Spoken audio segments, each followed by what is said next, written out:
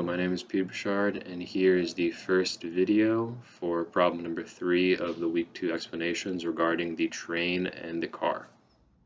Alright, so I drew a little diagram here that shows the two vectors, the one of the velocity vector of the train and the other one being the velocity vector of the car traveling at 20 meters per second and the other train traveling at 30 meters per second. I've also written out the distance that they are away from this crossroad, being 60 meters for the train and 45 meters for the car.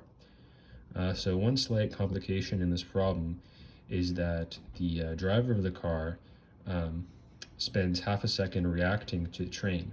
So initially, if we just do a quick calculation, if the car is 45 meters away from the intersection point, and they're traveling at 20 meters per second, then they would get there in 2.5 seconds. Similarly, for the train, if they're 60 meters away and they're traveling at 30 meters per second, the train would get there in 2 seconds. So initially, this is not a problem, as they would be arriving at different times. However, this half second of reaction time complicates things. And we will see this as we move on to finding the new distance from the crossroad. So the distance now at the point of the reaction time of the driver is we get 45 meters, which is the initial distance away, minus their velocity, which is 20 meters per second, times their reaction time.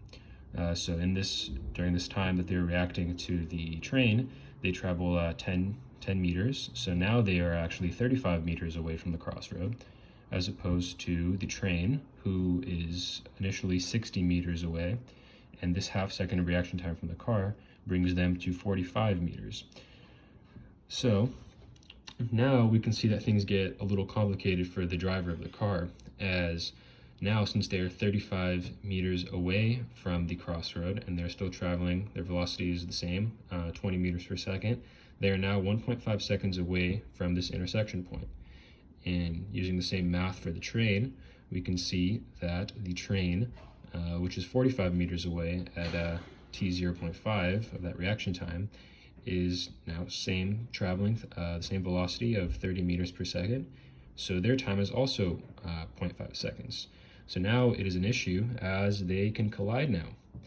It is also important to note that the train most likely is relatively long. It's not just one dot. So the driver is going to have to get there before the train. So the way that I went about solving this problem is using this displacement equation. So I've defined the delta x, this total distance, as 35 meters, which was derived from the distance that the car is away from that crossroad. The initial velocity of the car, which is 20 meters per second, and of course that has not changed, and the time that the car has to reach that crossroad, which is 1.5 seconds. And obviously the variable that we're solving for is a, which is the acceleration that they need to achieve to pass the train. So once you plug everything into that equation, you get 35 equals 20, 1.5 plus 1/2 a t squared, so 1.5 squared. And after doing some math, you find the acceleration needed, the minimum acceleration needed to avoid this collision is 4.44 meters per second squared.